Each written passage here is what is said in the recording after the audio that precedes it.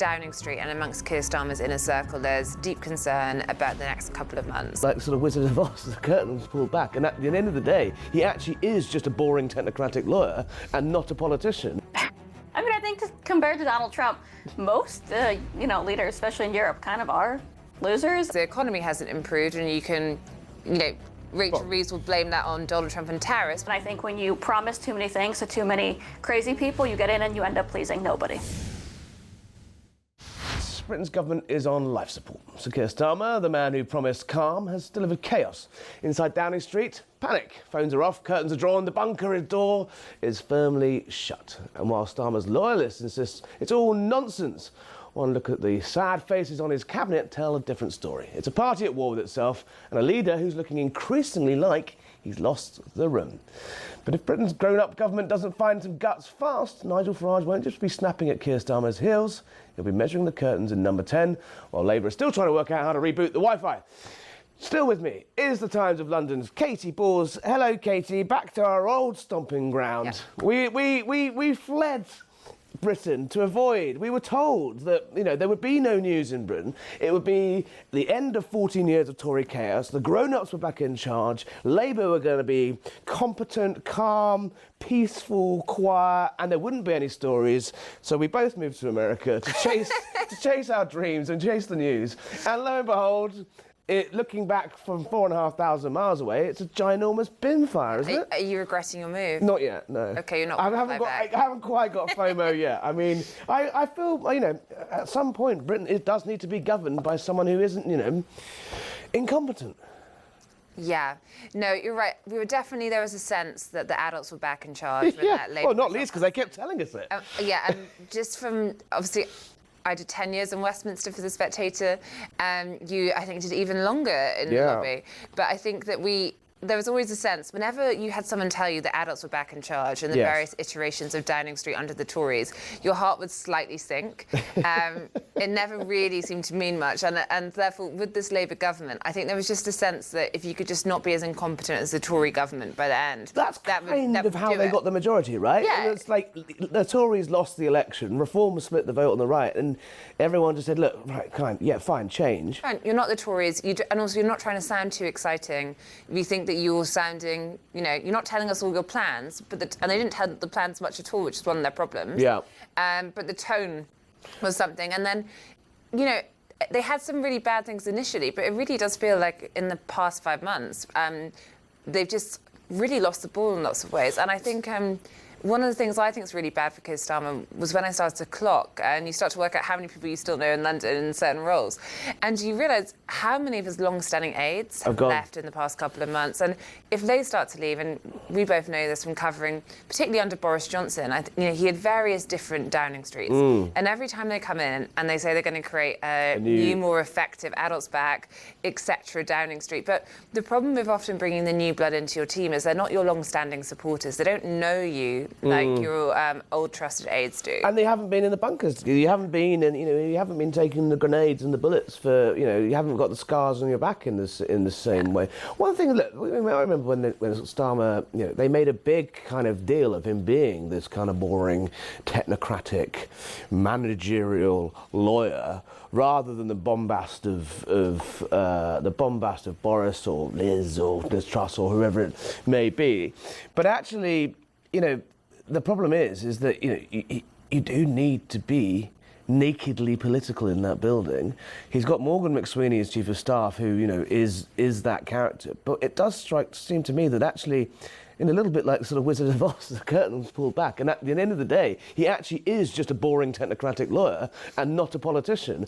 And actually, while that may have helped him get over the line into Downing Street, ever since then he's been waving, drowning, not waving.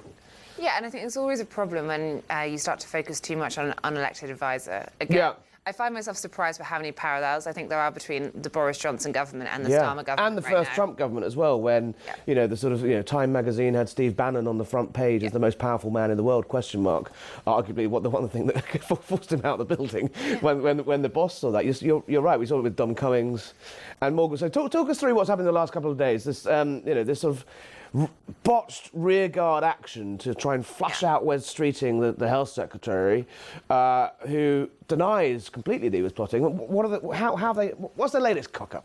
So clearly in Downing Street and amongst Keir Starmer's inner circle, there's deep concern about the next couple of months.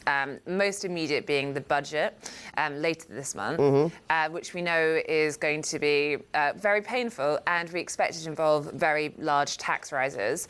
Again, breaking the manifesto, they said they wouldn't. Exactly. Potentially income tax, which would go directly against the manifesto promise, potentially going furthermore for the wealthy. There's a question of what that would do to the government's growth mission if you then drive away business or the wealthy from staying in the country.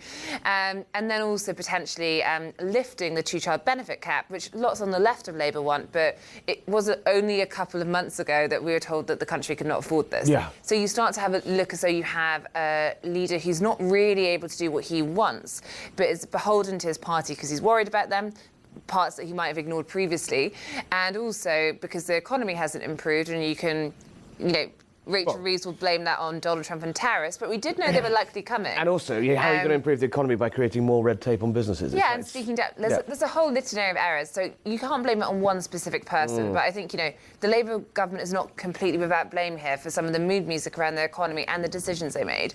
Now, they're clearly worried about the local elections next year, which we've heard a lot about as the crunch point. The sort of the British equivalent of the midterms. Exactly. Yeah. Which is always when you say it's a crunch point, always be a bit suspicious. They often come and go. But that was meant to be the crunch point. Now, clearly, they think the November budget is going to be so painful. Yeah. They're a little bit worried that after that, Keir Starmer's position could be destabilised. So, some bright sparks in the new look number 10, which still has one of the old look, Morgan McSweeney, who you mentioned. But a lot of old Blairites. Exactly. Blair veterans. Someone has gone around, and there are accusations to who, basically saying, well, we think there's going to be potentially a challenge. It might be Wes Streeting, who's a bright, shining light of Labour, and used to be one of the most trusted ministers by number 10.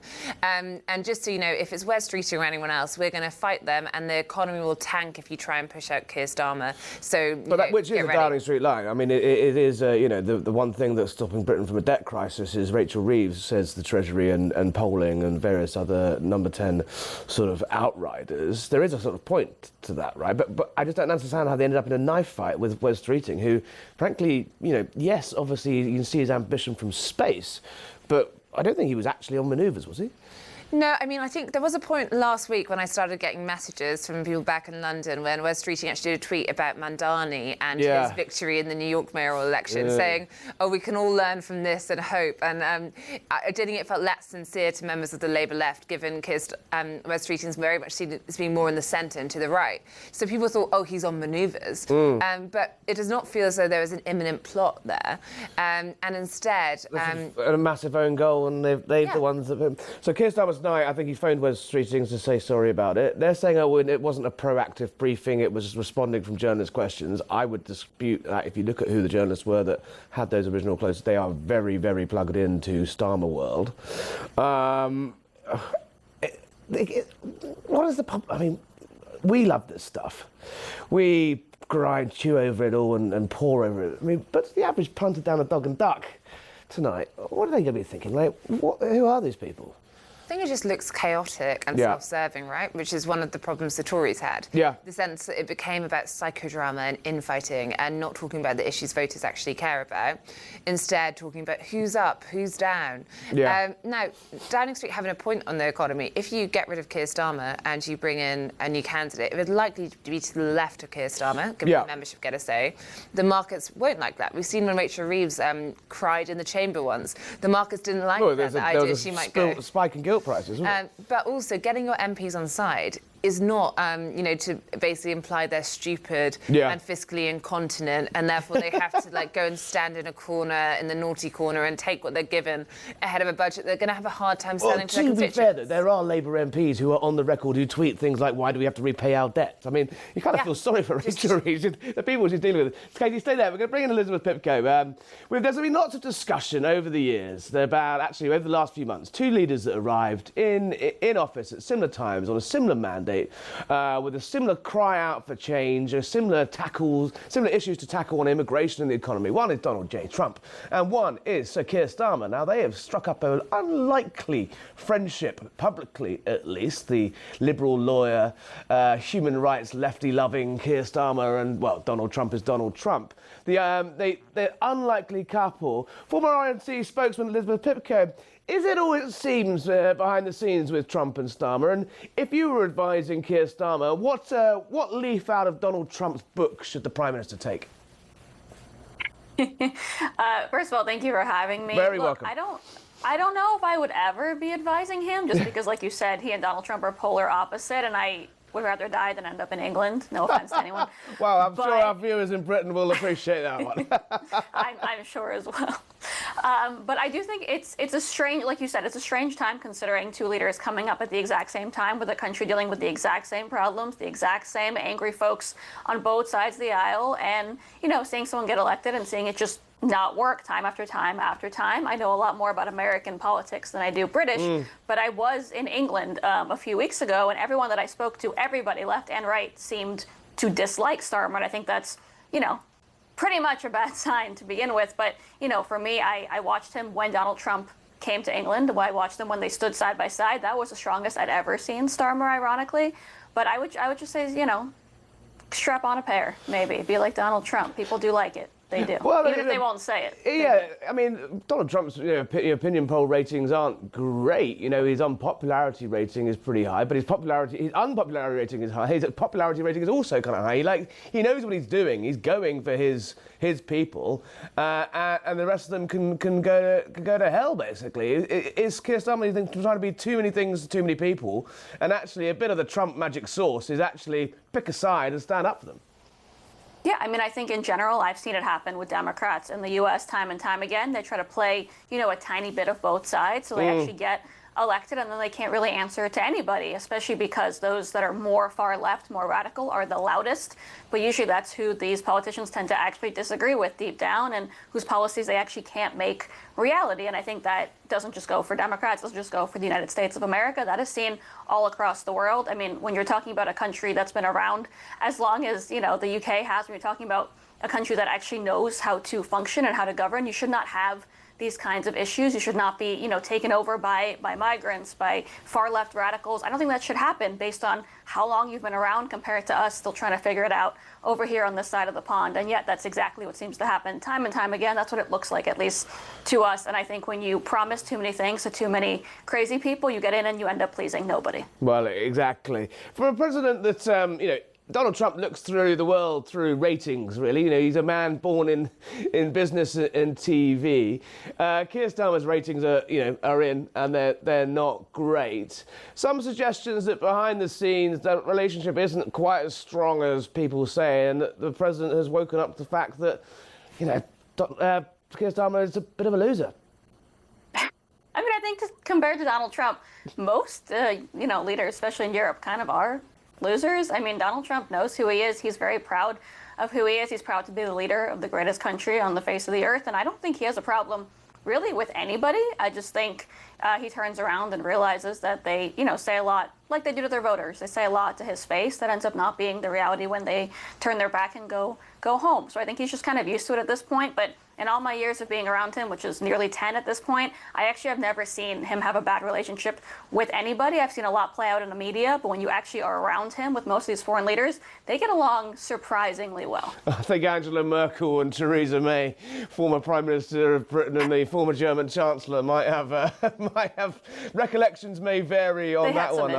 I can remember reporting on many a testy diplomatic phone call with those guys. And I think he once threw a starburst at Angela Merkel and said, "Don't say I never gave you anything." Yes. At a G7 summit. The special relationship, we saw, as you said, Donald Trump lining up there with Sir Keir Starmer and the King, just over a month ago, wasn't it? God, it feels like a lot longer than that. You know, on the surface, the special relationship is strong. It's strong, it's deep. It goes from, you know, policing satellites in the sky to underwater cables, the security arrangements. It's starting to fray a little bit of late, leaving aside the politicians. And Donald Trump's basically, you know, stood up at the UN and said that Britain had a suicidal energy policy. There's a lot of anger about energy prices in the UK that is seeing off American outward business investment. And then tonight we hear that intelligence sharing is under strain because British Keir Starmer's lefty lawyer mates have decreed that what's happening in the Caribbean, where Donald Trump is literally bombing fentanyl smugglers, is illegal under international law. Not that's particularly helpful, right? No, it's really not helpful. At the same time, I think when you're forced to say something, that's what you end up saying, right? This is a man that has to answer again to those who elected him. Elections, you know, happen for a reason, and there's a reason people are popular or unpopular, and there's a reason people don't last very long in the position that he's in, at least recently. So I think for him, he knows that he has to kind of lean into at least publicly saying that everything Donald Trump is doing is wrong. Although I'm not seeing him go as hard against him on this BBC thing, which I think is interesting. But in general, I think most foreign leaders, at least majority of the world knows that when they are stuck and having their own internal crisis, they can always rely on distracting people by bringing up Donald Trump's name. Elizabeth, stay there. I'm going to bring back again Katy Balls from the Times of London. Katy, you know, we've discussed before that sort of strange relationship between Trump and Keir Starmer and the other European leaders who all sort of seem to have got their act together this time round in order to try to sort of Trump whisper in a way, all turning up with nice gifts and letters and you know, having their Oval TV moments sort of rehearsed in advance. But it is starting to fray a little bit, is it? There are more and more stories now, not least an incredibly punchy intervention by the US ambassador in Britain on energy prices last week. This intelligence sharing stuff this week. Are we going to see the bromance, the transatlantic bromance that bloomed for the last 10 months start to dissipate? I suspect Donald Trump will still be pretty warm about Keir Starmer. And you saw, for example, today at the Caroline Leavitt's media briefing, the BBC came up and it was framed much more the answer around the problems of the BBC rather than associating it with the British government too much. Even though we all pay for it, yeah. Exactly, and some go to jail for not paying it. But I think that, you know, in terms of that relationship, certainly Donald Trump likes people who are winners. He liked that Keir Starmer's a winner. He likes strong men as well, right? He likes strong men. He likes leaders of countries which don't always have elections and thinks they're strong for that reason. You know, we have a whole range, you know, when it comes to the men he likes. But certainly when it comes to fellow democracies, he likes those who can win elections and have strong mandates. And that's one of the things he likes about Keir Starmer. I don't think the current political situation, we don't know how much attention Donald Trump is paying to it, helps to that. And I think that when it comes to things like the energy deal, when it comes to where figures in the administration think they can take the UK-US economic relationship, they are frustrated by the fact you have Ed Miliband, you know, keeping the net zero dream alive. And when they think, this is really simple, why don't you listen to us on how you could increase, you know, cheapen your energy and therefore get more. And I think this is why actually another thing that's quite important here is who is picked as the next ambassador here in Washington, D.C. We know that the contest is continuing. You were the first, Harry, to report Varun Chandra as the favourite. It could still be a career diplomat. Some people think the list is a bit low-powered. But the thing about Varun Chandra, at least, is he is someone the administration likes. And I think that, you know, this government can't really risk at the moment putting another Peter Mandelson.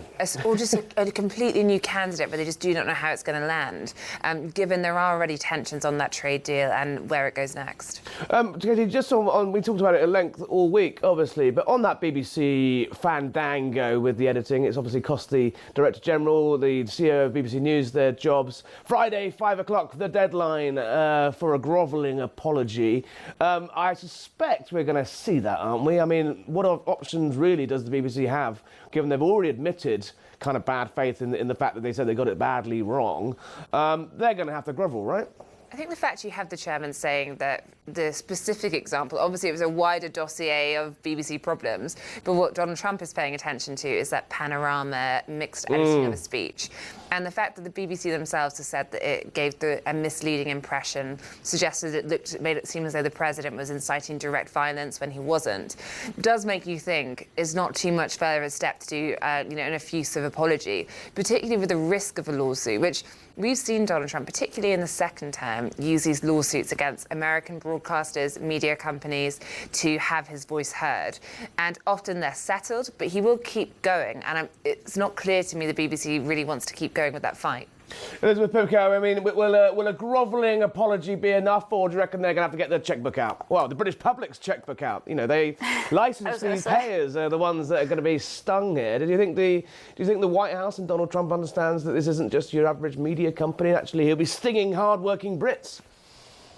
I'm sure he does understand. Look, it depends just how much of an apology is given, right? It depends on the depth of the groveling. So we will have to see. I'm waiting on the edge of my seat for Friday. I'm curious to see what happens. I have been on the BBC quite a few times. They haven't treated me very fairly myself, so I would say that I'm a little biased on the subject, but I am curious to see what happens, and I do think he's definitely owed an apology at minimum, but mostly so are the viewers, because I think it's a little much at this point. We've been watching the Donald Trump show for 10 years. At this point, people have an opinion. There's no need to edit and try to sway anybody in one way or the other. I mean, in terms of the BBC, obviously it has a unique position in Britain because of its charter and because of the fact it is publicly funded. How, straying into the politics, does it reflect badly on Britain as a whole when you've got the White House literally going for what is essentially a sort of long arm of the state?